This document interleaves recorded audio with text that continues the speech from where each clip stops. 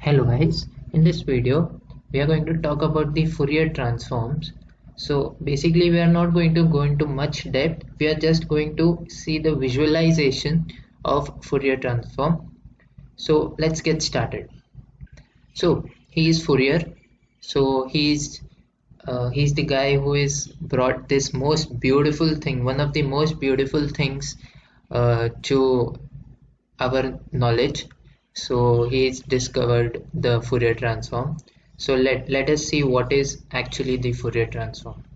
So basically Fourier found out that any periodic function can be expressed as the weighted sums of sinusoidals. So basically any f of t, which is a periodic signal, can be expressed as some a naught plus summation am these cosines, these sines, and you can create any periodic function using these sines and cosines. So what are these a0, am and bn? These are nothing but weights which can be derived from this formulas basically.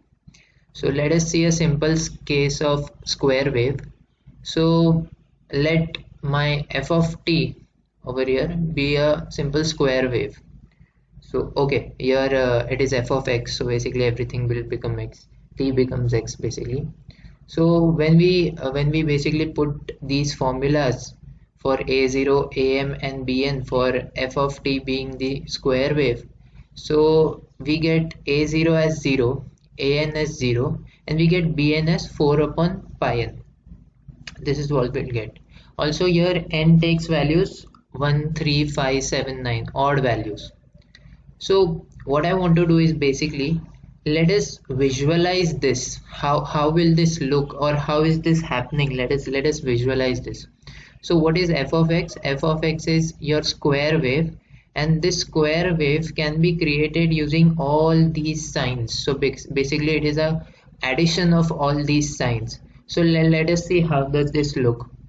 So for that, let me take you to Desmos. So basically this is a Desmos, a graphing app. So you can freely use this Desmos on desmos.com. So what I'm going to do here is basically visualize how additions of sign can give you the square wave. So how can these additions of signs give you the square wave? That is what we are going to visualize over here. So here what have I done basically is I have plotted all, I have basically plotted all the sine waves for different values of n. So when n is equal to 1, we will have 4 pi, I'll tell you what is b, into sine of, put n is equal to 1 over here, and 1 upon n, so 1 upon 1 basically. So this term is over here, and b is just what we say, amplitude factor. So I can increase the amplitude on my sine wave by this factor. So basically I'm going to multiply this b throughout, so it is something like b into f of x, so that I can basically zoom in, zoom out if in case I want to do that. So this is not important, but it is good for visualizing. So basically zooming, zoom out, that's all. We'll see what we'll change the values of b and see what happens. So that was for n is equal to 1. Now n takes odd values, for so next value of n will be 3.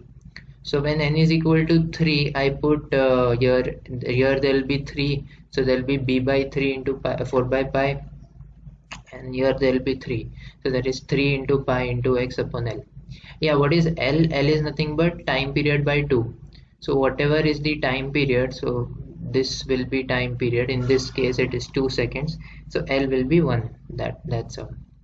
Right, so next I put 5, so there will be 5, 7 and 9. So for now, just to visualize, I am taking just 5 sine waves. So these are the different sine waves that we can see.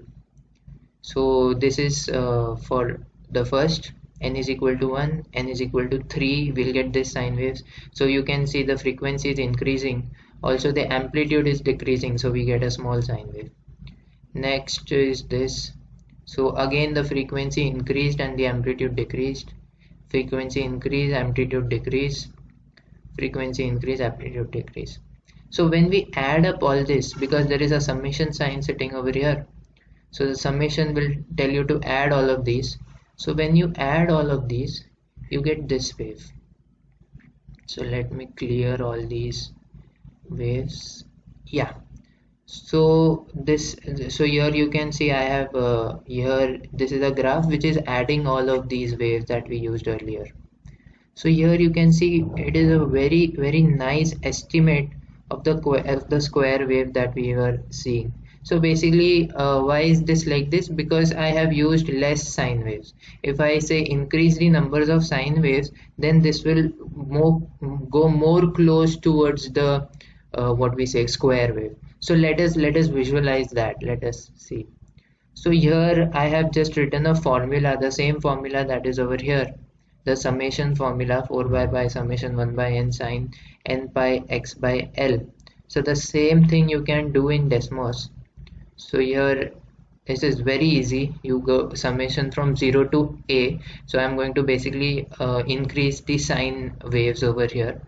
0 to a b into 4. So this is the formula. Yeah, now this is a change. So here the point is you need odd values of n, but Desmos will give you all the values of n, 0 1 2 3. So you'll have to keep your code such that it takes odd values. So when n is equal to 0 you get 1, when n is equal to 1 you get 3, and the story. So this is the what we say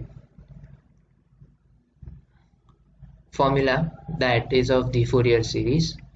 So here you can see as I increase the value of a. So what is a? A is basically the last value of n. How many sine waves should it add?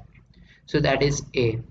So here you can see as, and when I increase the value of a, this graph tends to my original square wave. So basically this is the original square wave that I want. So this is my f of t basically, and I am creating an new square wave from just by sine functions. So basically sinusoidal functions. So addition of sines are giving this beautiful square waves. So that is the magic of Fourier transform, or in this case Fourier series. You can have any periodic function, as in this case the square function, and you can make it using the sine or cosine functions, so sinusoidal functions. That is the beauty of the Fourier series or the Fourier transforms. Also in here you can this was b that I used. So b is basically to increase the amplitude. So in case if you want to increase the amplitude, you can do it with b. In case you want to increase or decrease the frequency, you can do it with L, frequency or the time period, so that you can do it with L. So these are the different things that I had plotted so that I can give you a good visualization of what is happening in Fourier series. Also, if in case you want to play with this, you can change the values over here, and you can see you get some beautiful graphs. So here you can see as, and when I increase the value of a, I get a graph like this.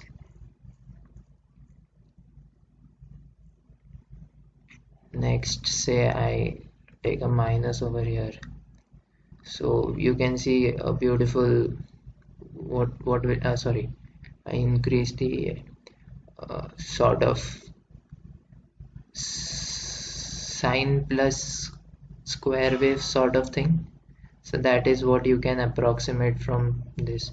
So it is pretty beautiful to visualize all this. You can also just animate it and look what things are going. Also if suppose I remove this minus, you will get somewhat sawtooth kind of waveform.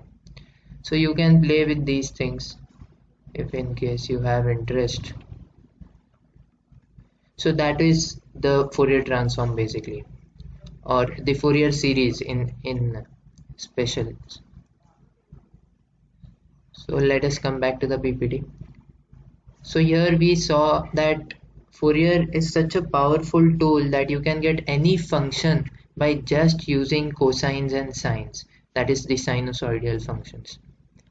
So this is the function, say let this be f of t, and I can create this using multiple sine functions.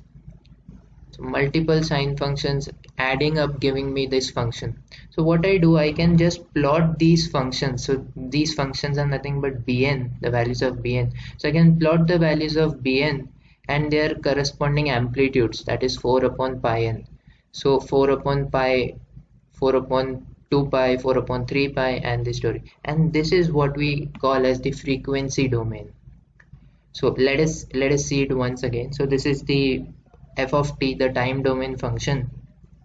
You can create this function by just adding multiple sine waves, which is given by this formula. So what you do is, next you just plot these sine waves. So these sine waves just need amplitude and what we say, the frequency. So the frequency is given by this axis, that is bn is giving you the frequency, and the amplitude is given by this particular bn. So that is what we actually call as the frequency domain or the Fourier domain. So that was a Fourier domain. So how did we get to this? By this Fourier series.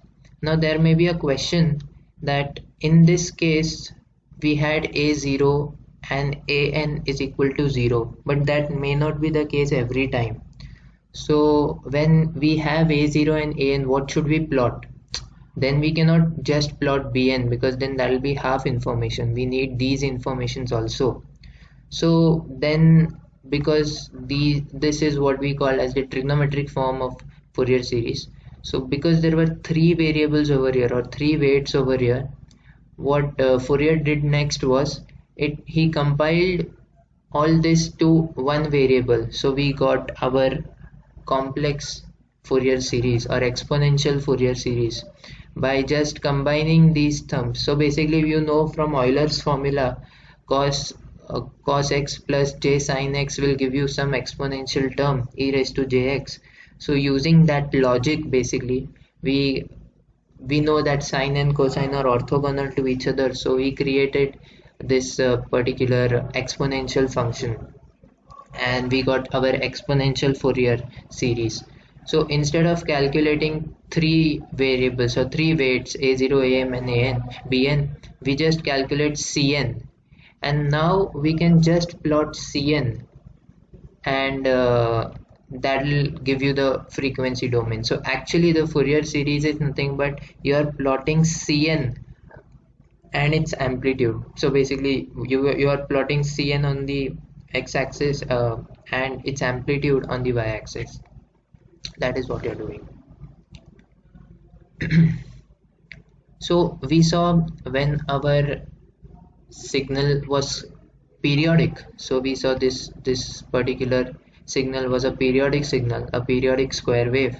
So you can see it has a period of 2 seconds over here. So when we have a periodic sequence and it is continuous, we saw that this was a continuous signal. It is not discrete, it is continuous. So the frequency representation, or when we took the Fourier series or the Fourier thing, so we got discrete values. Why discrete? So here you can see that here the frequency component is basically 2 pi by t. So this is omega. So we write sine omega t, right? So n is just a number because n is going from say 1 to infinity over here. For the same case, it is going from minus infinity to infinity over here. So this is the omega, or we can say omega naught. So 2 pi by t is omega naught into some multiple of omega naught and the time that you have. So this is nothing but multiples of omega naught, and also remember n is an integer, so it will be omega naught, 2 omega naught, 3 omega naught. So hence here you can see the x-axis, what is we replaced that by omega, so basically that is the frequency. So here 1 omega we have something, so 1 omega we have its amplitude, which is given by this cn. 2 omega we have its amplitude, 3 omega, 4 omega, 5 omega. So you can see it is discrete. You don't have any sine function where the omega is say 3 by 2 omega. So there is no sine. So you can see that the continuous and periodic time domain signal gives you a aperiodic, this is an aperiodic signal, but a discrete signal. So I have written these like this for a reason. So here let us see further. I'll come back to this. So this is what we have. Next, what am I doing is I am trying to make t tend to infinity. So when I tend t to infinity, slowly these things will go apart.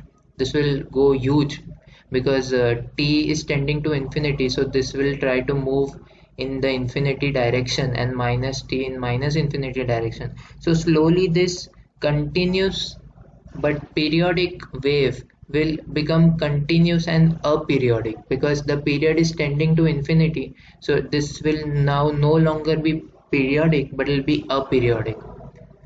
So this is one thing that I am doing. So please visualize how I am just increasing the period to infinity and the periodic sequence is turning aperiodic. So we have omega naught is nothing but 2 pi by t. So that is what I showed you over here. So this is our omega naught, 2 pi by t. So when t will tend to infinity, our omega naught will tend to 0. And what is omega naught? Omega naught is just the difference between two discrete values of the Fourier domain. So when this will tend to 0, these distances will come close. So this Fourier domain signal will try to basically come near to each other, and there will be a point where t tends to infinity or will become infinity. This will become 0 and all of these will become continuous. So because then we'll have an every point where there will be some omega over there. So for continuous but periodic function, we have a continuous but a aperiodic signal. So there is some relation that we can see over here. If your signal is continuous, the resultant Fourier domain signal will always be aperiodic. So you can see this is aperiodic, this is also aperiodic. So the continuous time domain signal gives you an aperiodic Fourier domain signal. The periodic signal over here gave you discrete signal over here, but the aperiodic signal over here gave you a continuous signal over here. So basically, if one domain is continuous, if this is continuous, it will be aperiodic in the other domain, and if this is continuous, it will give you aperiodic in the previous domain. So you can play with these things also. Similarly, if something is periodic in time domain, it will give you discrete in the frequency or Fourier domain. So that is an important point to note. So let us see a visualization of the Fourier domain. So here this is the visualization of Fourier domain. This is a periodic signal, and here you need continuous sine waves. You need millions of sine waves, if not billion, to add and basically integrate to get this particular function. And this is nothing but your frequency domain signal. Now this is duality. If suppose my time domain is like this, similarly in frequency domain I'll get this kind of function. So both are dual to each other. So this was a visualization of the Fourier transform, which is the continuous. Here you can see it is continuous. So whenever your signal is continuous and periodic, you say it is Fourier series. Whenever it is continuous and aperiodic, you say Fourier transform. So just the names are different, but the thing going on is the same. It is just that you have given different names to different things. And these are the formulas. You can also see the formulas are so closely related. Over here, since this was discrete, so you needed to add everything, add all these and get your f of t back. But since over here it is continuous, so you'll have to integrate this from minus infinity to plus infinity to get f of t. Next, we have basically in the derivation of from frequency from Fourier series to Fourier transform, we have considered t into c of n as f of omega.